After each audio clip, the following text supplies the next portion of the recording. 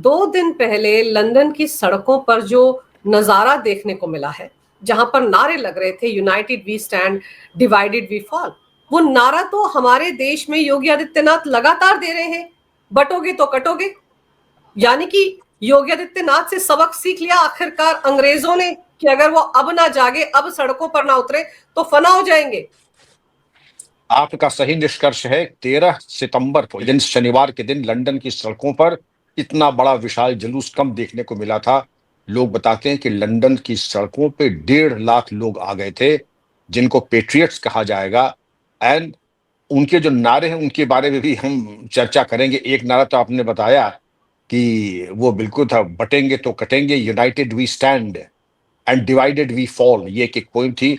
और जब हमारे देश में जब निर्वाचन के समय जब योगी जी ने ये आह्वान दिया था, बटोगे तो कटोगे, तो कई टीवी डिबेट से मैं गया था। और उसमें कहते थे ये फिरका परस्त एक तरफा, ये समाज को बांटने वाला है। ये समाज को बांटने वाला है, ये समाज को एक करने वाला है। लेकिन चोर की दाढ़ी में तिनका, और इतने तिनके की दाढ़ी और तिनके में अंतर नहीं दिखाई पड़ रहा था उस वक्त। आपको बुरा किसको लग रहा है? जो ये कह रहे हैं कि तुम एक हो जाओ, और जो तुम्हें तोड़ने की कोशिश करे तुम उनको तोड़ दो। आह्वान बिल्कुल स्पष्ट था, संकेत बिल्कुल स्पष्ट था। लेकिन कानून की अपनी एक अनिवार्यताएं होती हैं, और समाज की एक अपनी मजबूरी और अनिवार्यताएं होती हैं। उसके मद्देनजर शब्दों का चयन बहुत सोच समझ करके योगी जी ने किया था। संदेश बिल्कुल स्पष्ट था कि भारत के सब लोग एक रहें, विशेषकर जो सनातनी है वो तो एक रहे ही, पूरा भारत एक रहे, हिंदू मुसलमान एक रहे। लेकिन जो हिंदुओं को तोड़ने की बात की जा रही थी, तुम किस बिरादरी के हो? तुम्हारे यहाँ कितने जो है तुम्हारी बिरादरी के लोग सीईओ बन गए हैं? तुम्हारी बिरादरी के कितने लोग एडिटर हो गए हैं? तुम्हारी बिरादरी के कितने लोग? तो ये जो बिरादरीवाद फैलाने का नुस्खा किया था, ये विशेषकर अगर आप देखें तो बिहार से शुरू हुआ, उत्तर प्रदेश, मध्य प्रदेश, राजस्थान, दिल्ली, और जहां जहां ये जातीयता का जहर घोल सकते थे कि हमें बांट करके ये अपना उल्लू सीधा कर ले। क्योंकि इनका जो फॉर्मूला था, ये मान के चलिए, एक फॉर्मूला ये था कि अगर ये बिरादरी मिल जाए, ये जात मिल जाए, जिसको मैं खुल के बताता हूं, ये जो तथाकथित MY फॉर्मूला, मेरी समझ में गई ये कौन सा फॉर्मूला है भाई? पूरे आप पहले अपने काम से, अपनी सत्यनिष्ठा से, अपने देश प्रेम से आप लोगों का दिल जीतिए जीतिए। ये जातीयता के आधार पर क्यों बांट रहे हैं? और उसके बाद जो संकीर्णता की बातें आई, उसके बाद बात यही समाप्त नहीं हो जाती। इसका तो पहली पायदान और पहली आपकी सीढ़ी ये है कि बटोगे तो कटोगे। उसके बाद जब इलेक्शन कमीशन ने, निर्वाचन आयोग ने कुछ सुधार करने की कोशिश की कि जो घुसपैठिए हैं उनको हम बाहर कर दें, तो यही देश जो आज इनको, जो लोग अब जहां आंदोलन हो रहे हैं, यही जो देश है, आयरलैंड से शुरू करें, Ireland, UK, Austria, Germany, Spain, Holland, मतलब मैं तो गिनता चला जाऊं, जर्मनी, ऑस्ट्रेलिया के 4 जनपदों में ये हो रहा है, सिडनी, ब्रिस्बेन, पर्थ और मेलबोर्न। वहां भी ऐसे आंदोलन हो रहे हैं, लेकिन उनकी चर्चा उतनी नहीं जो लंदन पे। आपने देखा छाती पे बैठ करके जो मूंग दल्ला है 2023 में, जब ये युद्ध शुरू हुआ था इजराइल और फिलिस्तीन वाला, जो हमास का, तो इनके यहां एक आंदोलन हुआ था नवंबर 2023 में, जिसको कहते हैं प्रो हमास रैली। उस प्रो हमास रैली में ये लंदन आर्टिलरी वॉर म्यूजियम के जैसे हमारा शहीद स्मारक है, उतना ही पवित्र रॉयल आर्टिलरी मेमोरियल लंदन में, वहां लोग छत गए, चढ़ के वहां पे चढ़ गए। वहां जाकर के आप याद करें, मुंबई में जो आजाद मैदान है वहां पर जैसे चढ़ गए थे, और वहां पे चढ़ गए थे, वहां पे जो डेसिक्रेशन किया महिला कर्मियों के साथ, तो तब तो ये हमें उपदेश देते थे, नहीं नहीं आपको दरअसल इनको सेटल करना चाहिए, आपको इनको रोजगार देने चाहिए, आपके इनको मानवाधिकार का। हमसे ज्यादा मानवाधिकार का ध्यान कौन रखेगा? तो अब जब आप मानवाधिकार के अलंबरदार हैं, पहले तो एक सोची समझी रणनीति के तहत इन लोगों को, 57 इनके मुल्क हैं, उन्होंने एक ने शरण इनको नहीं दी, एक भी फिलिस्तीनी को इन्होंने शरण नहीं दी। लेकिन ये कि पहले नैरेटिव तैयार करो, और नॉन इस्लामिक देश जो प्रोग्रेसिव है वहां जाओ। अरे भाई तुम ट्यूनीशिया, अफगानिस्तान क्यों नहीं गए? अरे तुम इजिप्ट ने तो लेने से मना कर दी, चलो इजिप्ट छोड़ दो। तुम इराक क्यों नहीं गए? लेकिन किसी भी इस्लामिक देश में न जाकर के यूरोप पहुंच गए, और यूरोप पहुंच करके अब एक लंदन के फिगर्स अगर आप ले लें, बर्मिंघम वगैरह में तो लोग आज ये बताते हैं कि अगर आप चले जाए तो आपको मालूम नहीं पड़ेगा कि आप रावलपिंडी में है, पेशावर में है, ढाका में है या लंदन में है। लंदन का तो मेयर ही पाकिस्तानी है। मेयर भी है, और आज की तारीख में होम सेक्रेटरी भी जो है वो भी पाकिस्तानी है। खैर उसमें कोई बुराई नहीं, लेकिन बुराई इसमें यह है कि आप इनके आंदोलन और इनके इमिग्रेशन, आप इनके ऊपर कार्रवाई को नहीं करें। अभी एक बहुत वायरल वीडियो हो रहा है, एक ब्रिटेन का नागरिक कह रहा है कि मैं अभी आया हूं मोरक्को, मुस्लिम कंट्री है, यहाँ ब्रेकफास्ट में मैंने देखा कि मुझे पोर्क सॉसेज खाना है जैसे ब्रिटिश खाते हैं, मुझे हैम बेकन सलामी सॉसेज खाना है, कोई दिक्कत नहीं है, वहां पे मिल जाएगा।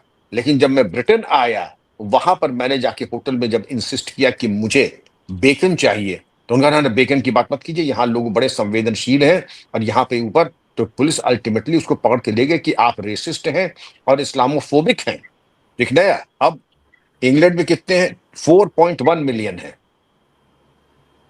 हिंदूज है 1.2 और अदर्स है 5.7 मिलियन। अब इतने आपने जब भर लिए हैं, तो आप खुद सोचिए कि अब आपके बाद इसमें क्या होगा। लेकिन इस आंदोलन जिसकी चर्चा कर रहे हैं, इसका नेतृत्व कर रहे थे टॉमी रॉबिन्सन, और ये वहां के एंटी इमिग्रेशन के एक बड़े नेता हैं, हालांकि कई बार जेल भी गए हैं।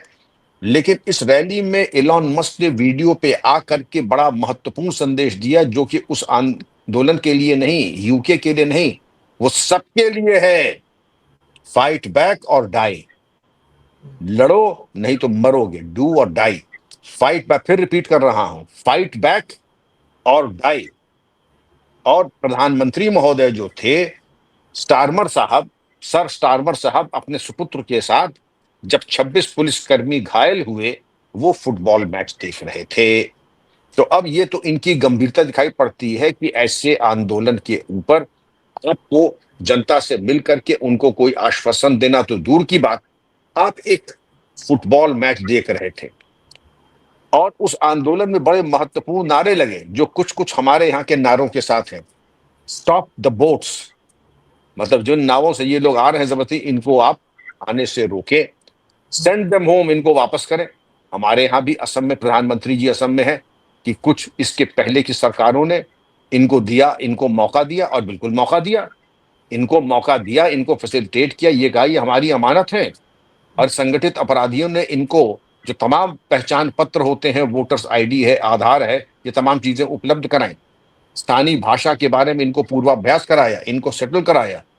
और जैसा एक तौर तरीका होता है कि पहले जाकर के छोटे छोटे पूजा स्थल मदरसे बनाओ, जब कोई ना बोले तो उसके बाद एक झोपड़ी बना दो, और कोई ना बोले तो उसके बाद 6 झोपड़ी बना दो, और उसके बाद त्योहार व्यवहार के दिन तुम 100 झोपड़ी बना करके उसके बाद पूजा पाठ अपना जो है पूजा पद्धति और इकट्ठा होकर के तुम अपनी कार्रवाई शुरू कर दो। हमारे स्वार्थी राजनेता वहां जाकर के आपके पानी की टंकी लगवा देंगे, प्राइमरी हेल्थ सेंटर खुलवा देंगे, प्राइमरी स्कूल खुलवा देंगे, और ब्लॉक कार्यालय खुलवा देंगे, जैसा कि आपने बनभूलपुरे वगैरह में देखा होगा, या आपने वहां किच्छा रुद्रपुर वगैरह में देखा था, जो ऊधम सिंह नगर के में जो डेवलपमेंट्स हुए थे। तो ये स्लो जैसे एपिडेमिक होता है, जैसे दीमक लगता है, समय समय छोटी सी मजार, छोटा सा पूजा स्थल, एक झोपड़ी, झोपड़ी फिर पक्की होगी, पक्की होने के बाद 2 कच्ची झोपड़ी, फिर 4 कच्ची झोपड़ी, फिर उसके बाद तो जाकर के हमारे जो सत्ता लोलुप राजनेता हैं, जो कहते हैं कि बाकी सब जो है फासिस्ट हैं, फिरका परस्त हैं, जो कहते हैं कि नहीं कटोगे बटोगे तो कटोगे, एक फिरका परस्त नारा है। तो तुम क्या चाहते हैं? तो तुम्हें कटना है तो तुम तैयार हो जाओ। आपको जान के सदमा लगेगा, इंग्लैंड में भी 1.5 लाख बच्चियों का बलात्कार हुआ है, और वहां कहते हैं ग्रूमिंग गैंग, जिसको कहते हैं ग्रूमिंग गैंग, जैसे हमारा कहते हैं लव जिहाद, वहां कहते हैं ग्रूमिंग गैंग। तो बीमारी तो लगभग वही है, और भुक्तभोगी केवल यूके नहीं है। हमने आपके सामने 8 कंट्रीज के नाम बताए प्रमुख, लेकिन ऐसी कंट्री जहां पर ये 500 इमिग्रेंट्स पहुंच गए, 500 नहीं, अगर आधा मिलियन इमिग्रेंट्स पहुंच गया, वहां की फिजा बिल्कुल बिगड़ चुकी है।